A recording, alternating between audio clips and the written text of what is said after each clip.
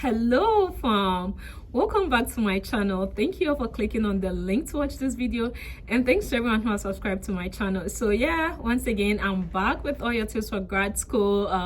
If you're new here, my name is Barikisu and I'm a second year PhD student at Michigan State University. So once again I'm back with all your tips for grad school. It's been a while since I posted a video here. I think the last time I posted a video was 4 weeks ago, but that's because I've been very busy, and I was also preparing like new and good content for you guys. So yeah, I don't think I'll go on any break anytime soon. I'll just be posting back to back videos for all of you. So yeah, today's video just has to do with SOP. So I've been receiving a lot of like emails from some of you who have watched my videos, from those of you who have connected with me on LinkedIn. Like some of you send your SOPs to me, like to help review them for you, and some of you also asked for samples from me. And because it's like usually a lot, I've not really had time to go through some of these SOPs that I receive from some of you. Sorry if you are part of those people, but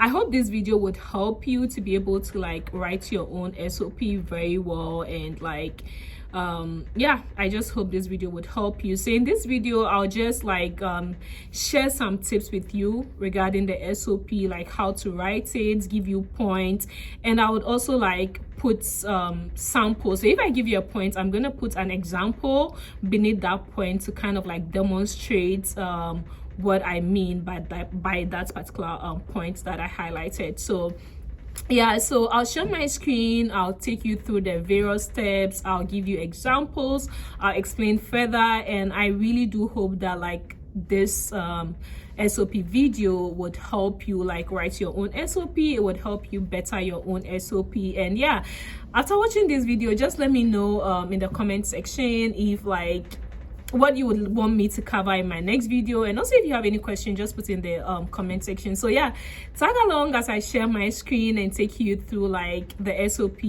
tips and like what to do, how to get a good SOP, and all the good stuff about SOPs. Yeah, so tag along as I share my screen with you.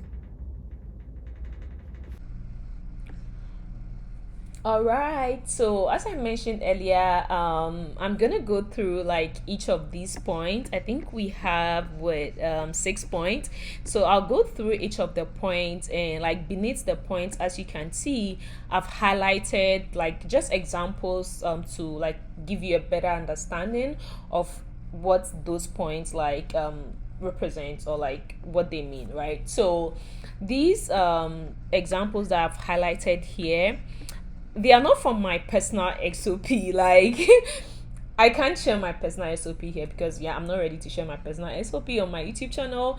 But I just want you to know that all the examples that I have highlighted, and that these points are so similar to what I had in my SOP. I just kind of created like a clone version of my SOP. So some of the schools are just things that I just wrote. Like I don't even know if there's a Waterside University. I don't know if there's Green Hour. Like those are just stuff that I created. But as I mentioned, it's similar to what I have in my SOP. It's just that the details are not personal, or like the details are not stuff that like relates to me. Yeah. Okay. So the first point is providing a brief description of how your personal background has motivated you to pursue your selected program. So your personal background can be anything, right? It can be a voluntary work that you did.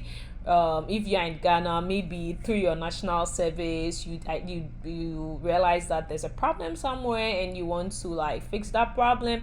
It could just be anything. So for instance, here the person wrote that during my time at Waterside University, I stumbled upon a social media post by a local environmental conservation group, Green Hour. This organization's mission is to create awareness, blah blah blah. So the person is highlighting how the experience with that organization ignited their determination to like make a meaningful impact in their field, which is in the field of environmental communication, right? So this organization has to do with like environmental conservation. So this experience, I would say, is based on like a voluntary work, right? So this person volunteered with an organization that focuses on like environmental conservation, and through that experience they realized that they are interested in environmental communication because the two go hand in hand. For instance, with myself, I volunteered with a cancer organization when I was in Ghana, and through my voluntary work with that cancer organization, because we're going to marketplaces to talk to people about health communication, I it's kind of like ignited my passion to study health communication. So that's what I wrote in my SOP. So it could be anything. Maybe you grew up in a community where like there wasn't like equal access to education or educational resources. So in that case, if you are interested in studying like education or any program or research work that has to do with education, you can talk about how that personal experience growing up as a kid in a community with like limited access to educational resources or lack of equality in terms of like having access to educational facilities and other things made you like develop a passion to study how like educational facilities can be like made equal or like easily accessible to like everyone, you know, stuff like that. It can be your personal like your job, your upbringing, or a voluntary work you did. Just make sure that you have like something about your personal background that relates to the program of interest. So yeah. And then the next point is to give a compelling example of what you have done or currently doing in your selected field of studies which supports the claim above. So you've mentioned that, okay, because you volunteered with this environmental conservation group, it's ignited your passion or made you like have passion for environmental communication. Okay, so after you had the passion for environmental communication, what have you done that shows that, okay, you really did have or you have a passion for environmental communication? So in my case, when I mentioned my work with the cancer organization and how it's made me have interest in health communication, I had to like talk about what I did in my master's program that supports that claim above, right? The point in the first point. So here you can see that the points here says, so as a graduate student at Cascade University, I've channeled my commitment to environmental advocacy into rigorous academic pursuit. At CSU, I've actively engaged in extensive research endeavors and investigation into the efficacy of digital storytelling for promoting pro-environmental behavior. The person highlighted how they've presented that paper at a conference. The person also indicated that they are even doing an independent study exploring the framing of climate change in mainstream media. So you can see that all these things relate to the fact that, okay, they are doing whatever passion that they mentioned like in the first section, right? So here you can talk about like if it's you can talk about like the research works you're undertaking. For instance, if you're a master's student, you can talk about that. So in my case, I was a master's student applying for a PhD program, so I spoke about how like conducting research on health communication as pertains to like Ghana and wherever like I said I was interested in like fixing a problem, you know. So this person is also highlighting how their research kind of highlights the fact that they are doing something in relation to environmental communication. And you can just chip in some of like the achievement. So the person didn't just mention the research, they also mentioned how they've presented that research at like conferences and stuff. So these experiences validate my intent to delve into environmental communication research as my core focus and delve into sustainable design practices as an additional interest. So here you can, after you've mentioned what you have done or how what you are currently doing in your selected field supports your claim in like the first point, you can also just chip in like the fact that because of these experiences, this is what you want to do for your PhD program, or these experiences has led to like this particular research interest, because you don't want to bring in your research interest towards the end. You want them to like just capture your research interest like just after they read like the second paragraph, so they know that okay, this is what we are going to expect. But the key thing here is you can see that everything here relates to whatever is in point one. Like the person is in environmental communication and all the research interest is actually focused on environmental communication. Okay, I'm talking too much. So the third point is to show that what you are currently doing in your field or have done in the past is not enough to answer all the questions you have or exist in your discipline. Remember, grad school is about research. So yeah, graduate school is about research. So if you are going to apply for a PhD program, there should be a research gap that you are trying to fill, or you should have something that you want to like study that you feel you've not like studied during your masters, or you maybe like through your voluntary experience or stuff, you realize like this is a loop and that's something that you'd want to study, right? So there should be a gap. So this is where you also like really talk about like your research and what you are going to study or what you plan to study in the PhD program or in the master's program. So here, the example here we have, while my current research projects are insightful, they have eliminated the complexity of environmental communication challenges that suppress my prior engagement.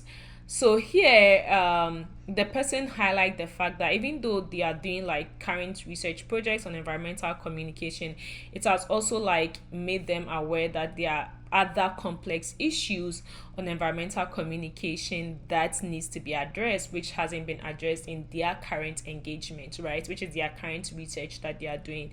The other thing is, so if you don't have a research, for instance, you're going to apply for a master's and you don't have an undergrad research, you can talk about how that personal experience has made you identify that, okay, there's a gap here or there's a loop here that you can address. So here, you can see here the person also mentioned that volunteering with Green Aware unveiled the existence of recurrent communication loops where well-intentioned environmental messages failed to translate into actionable changes, right? So here the person is talking about how through their voluntary experiences they realized that well-intentioned environmental messages actually fail to translate into actionable changes.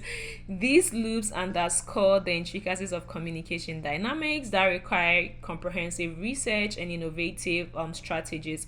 So the person is talking about the fact that to tackle these issues, he or she is committed to pursuing doctoral studies at this particular school in order to gain a deeper understanding of environmental communication dynamics.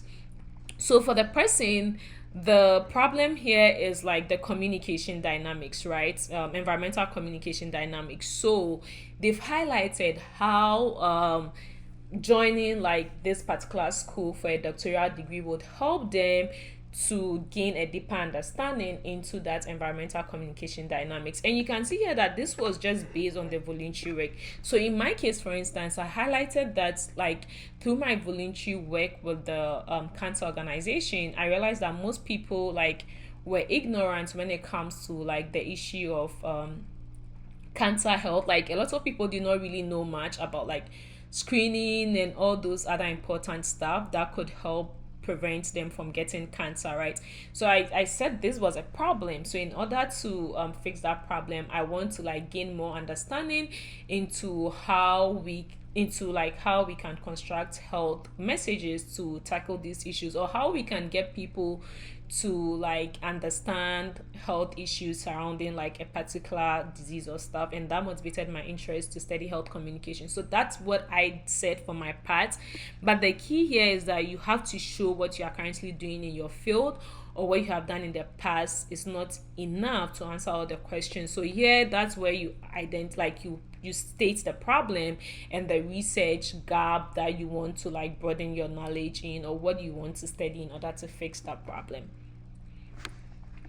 And the fourth point is to demonstrate that the department's specific research strength would help you answer the questions which interests you the most. So whatever department you want to apply to, you have to demonstrate that they have faculty members, or whatever the research they are doing aligns perfectly well with what you want to study. That's what you've stated here, right? You've stated here that you want to gain a deeper understanding of environmental communication dynamics. So in that case, like sometimes people would go and apply to a school or write statements of purposes, and they'll be mentioning names of professors and research that has nothing to do with this particular section. And graduate school is about research. So if a school is admitting you, they want to make sure that they have professors that can like help you in whichever particular research area that you want to like study, or that you want to like delve more into, right? So whatever you write here, you should make sure that if you are going to write about the school's research interest or faculty research interest, it's perfectly fits this. Like there's somebody to help you do this. Like there's somebody to help you do this thing that you said you want to pursue. All right. So here you can see an example is the Department of Communication Studies at U of SC, forget the name of the school, as I said, aligns seamlessly with my research aspirations. So the person has highlighted that, okay, this particular department at this particular school aligns with their research aspiration.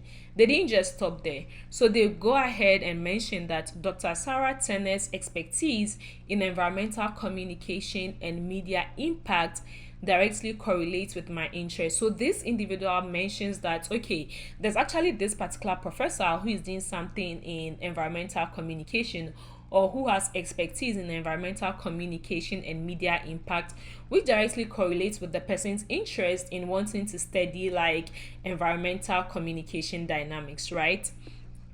Through conversation, the person doesn't just stop there again. So they mention through conversations with her and Dr. Michael Anderson.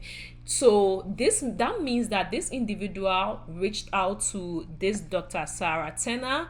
So for instance, if you reach out to a professor and you speak to the professor ahead of time, you can now then like mention the name of the professor, especially if you ask the professor if you can mention their names in your SOP and the professor like approves to that, you can mention the professor's name. So here the person is mentioning that, oh, I didn't even just go through like the faculty's website to identify their research. I actually made the effort to reach out to this faculty, and I spoke to the faculty, and the faculty is even willing to mentor me, right? So here the person is saying, I found mentors who share my enthusiasm for dissecting the intricacies of media's role in shaping ecological consciousness. So the person is highlighting how through their conversations with these professors, the professors have agreed to mentor them in order to like solve this problem or to like approach this research issue. And they didn't just also stop there. They said this alignment coupled with this school's reputation as an innovative research hub. So some schools also like are very known for like good research and stuff. You can add some good stuff that's known about the school also in this section, and just write how that like affirms your conviction to pursue advanced studies there, or how that's like how that has like ignited your interest or like made you interested in like studying or furthering your education in that particular institution. Okay, now the fifth point, show them how the courses you have taken have given you the foundation to take their master's or PhD course materials. And here you can read the handbook, right? So you read the handbook and see the kind of courses that the particular department offers, right? And then you show them how the courses you have taken.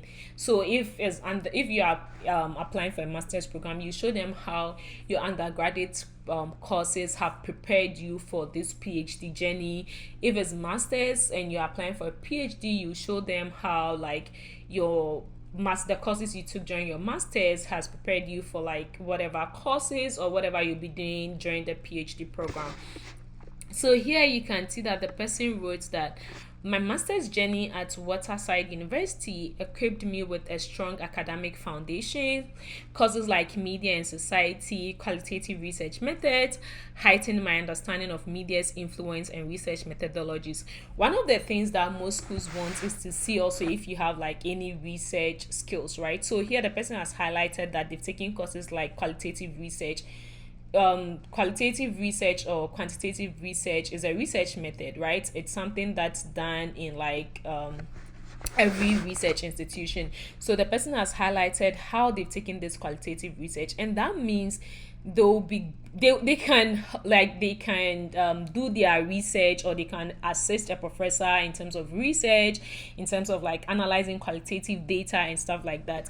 Media and society, they've highlighted that how that's helped them to understand media's influence, right? Since the person wants to understand how media can be used to effect change when it comes like environmental problems. Seeking to broaden my horizon, I pursued online courses like digital media strategies and environmental ethics. So you can see that the person mentioned how they've also taken courses like digital media studies and environmental ethics. This individual is interested in environmental communication, and they're interested in how media can be used like to solve environmental issues, right? So these two courses actually supports that, oh, okay, they can do this, like they can do this particular research, or they have the knowledge to like do this. To deepen my knowledge of digital communication and ethical considerations in environmental discourse. So after you just mentioned how these courses makes you like ready for a PhD program, or has prepared you for a PhD program, forget the English here, but this is how the person puts it. These courses have primed me to seamlessly transition into the rigorous academic landscape of UFC. So stuff like that. Okay, so now the sixth point. Express hope that the department would admit and fund you so you can pursue your research goals. So this is where you kind of like express hope that you would receive funding when you're admitted and stuff like that. So here you just this an example. In my pursuit of a PhD at U of SC, I envision an impactful academic journey. The collaborative culture and faculty expertise foster my hope for meaningful guidance and stuff. And then here you mentioned the funding bit, because you want to study like on full funding, you know. So here you can add that additionally, the prospect of securing funding would empower me to focus entirely on my research endeavors. So you didn't just say, oh, you hope to get funding. You actually highlighted the fact that getting funding would like help you to focus entirely on your research, which is a good thing, right? And contribute significantly to the scholarly community. And then here you can express like your excitement about joining the program next fall, or how you are looking forward to joining the program, you know. So here you write, with excitement for the transformative academic blah blah blah, I eagerly anticipate joining the PhD program. So you can talk about how like you can't wait, or you're looking forward to joining the program, and just conclude with how like the mentorship presented by the two professors you spoke to actually also like reaffirms your belief, right, in how good their program is and stuff like that. Yeah, so basically these are the six points, and these are some of the stuff under the 6 points. Yeah, I don't know if my screen was clear enough, and I hope that you were able to see everything clearly. I know I was talking fast, but that's because there's too much information and I just had to like quickly go through everything. And as I mentioned earlier, this is just a sample to help you create your own statement of purpose. You don't have to copy what's here, you know. Don't copy itself, but just follow these 6 points. And if you want to just look at the example just to kind of write your own thing, you can do that. And yeah, if you have any question for me, put it in the comment section. If you found this video very helpful, please share it and like put something in the comment section for me to know this video was helpful to you. And I know it's very long, I hope you watched it to this end, but yeah, I'll see you again next time. Thank you for passing by. All right, bye.